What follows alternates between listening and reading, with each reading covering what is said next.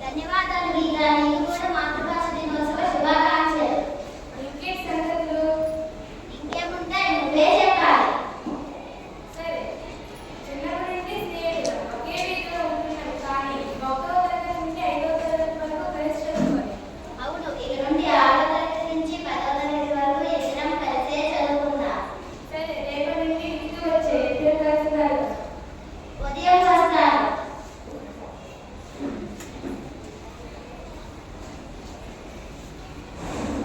గీత గీత బయటే ఉండిపోయే ఇంటి లోపలికి రాని, ఇంకా రెడీ అవ్వలేదు. వస్తున్నా. అమ్మ, నాన్న ఒకసారి రండి, నేను స్కూల్కి వెళ్తున్నాను.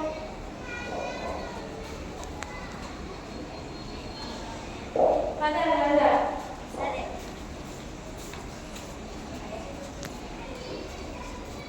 రెండోడు గీత గీత లోపలికి రాని, ఈరోజు కూడా ఇంకా రెడీ అవ్వాలి.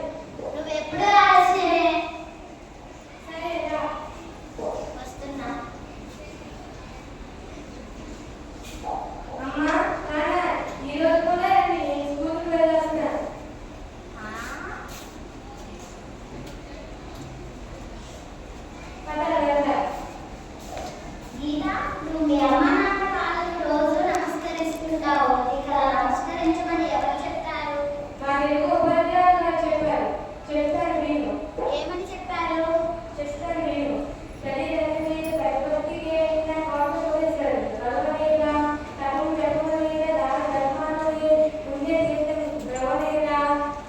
బాగా చెప్తాను విను. తల్లిదండ్రుల మీద ప్రేమ, అభిమానం, భక్తి ఉన్నవారు కోట్లాది దేవుడు నమ్మనవసరం లేదు. తపస్సులు, శ్రమలు చేయనవసరం లేదు. పుణ్యతీర్థకు వెళ్ళవలసిన లేదు.